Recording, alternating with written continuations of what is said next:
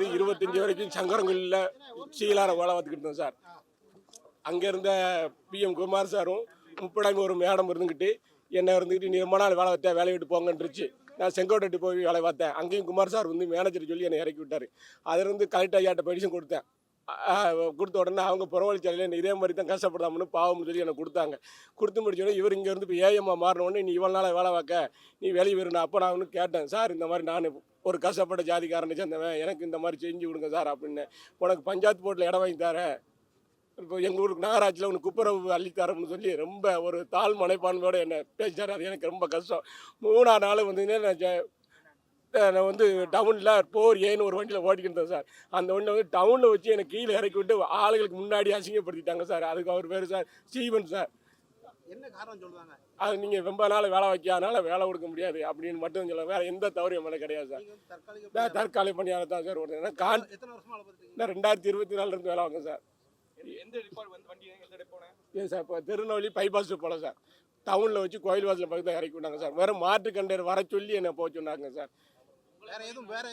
இல்லை சார், எனக்கு அவர் யாருன்னு தெரியாது சார். மேனேஜர் மட்டும் தெரியும், மற்றபடி எனக்கு எதுவுமே தெரியாது சார். ஆமாம் சார். அவர் எங்கே நான் மாவட்ட ஆட்சியாரை பார்த்து மனு கொடுத்தேன். என் பிள்ளையை சொல்லிச்சு, எப்பா கலெக்டரை பார்த்து ஒரு நல்ல ஒரு ரிசல்ட்டோட வாங்க, அப்படின்னா மருந்தோட வாங்கப்பா, நம்ம செத்துருவோம்ப்பா, நம்ம இருக்க வேண்டாம்னு சொல்லிச்சு. என்னால் தாங்க கூட முடியல. அப்போது என் பிள்ளை நானி தருவது மார்க்கு சார். இன்னொரு 10th நல்லா படிக்க பிள்ளையா 2 பிள்ளைகளுமே. என்னால் வந்து நேற்று சாப்பாடு கூட இல்லாமல் கஞ்சி தண்ணி போட்டு குடிக்கும் போது எங்கள் அப்பா அந்த பிள்ளை அப்படி சொன்னது என்னால் சீரணிக்க முடியல சார். இவ்வளோ வறுமையில் நாங்கள் இருக்கோம்.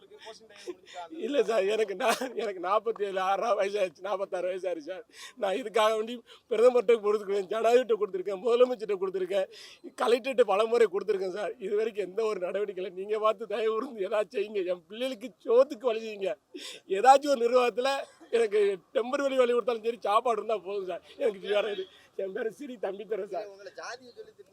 இல்லை சார், அது அதான் சொல்லார்ல சார். அவர் நீ பஞ்சாயத்து போட்டு வேலை வாங்குறாருல சார், அதில் எல்லாமே அது சொல்லாமல் சொல்லுற மாதிரி இருக்குல்ல சார். ஒரு அதிகாரி அதுவும் சாதி சொல்ல மாட்டாங்களே. பஞ்சாயத்தில் துப்புரவு பணியாளர் 700 ரூபா சம்பளத்தை கொடுப்பேன், வா நான் சேர்த்து விடுவேன், கோல்படி சேர்த்து விடுவேன்.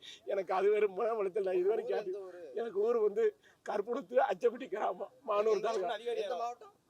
கற்புணத்து அச்சப்பட்டி கிராமம், திருவள்ளூர் மாவட்டம், மானூர் தாலுகா சார். என்ன சொன்னது வந்து குமார்னு, அவர் இங்கே தான் இருந்தார் சார். இப்போ தான் ஏன் மாற்றிருக்காங்களா சார். அடுத்து தூத்துக்குடி போயிட்டாரா சார். ஏதாச்சும் பார்த்துங்க சார், உதவி செய்யுங்க சார்.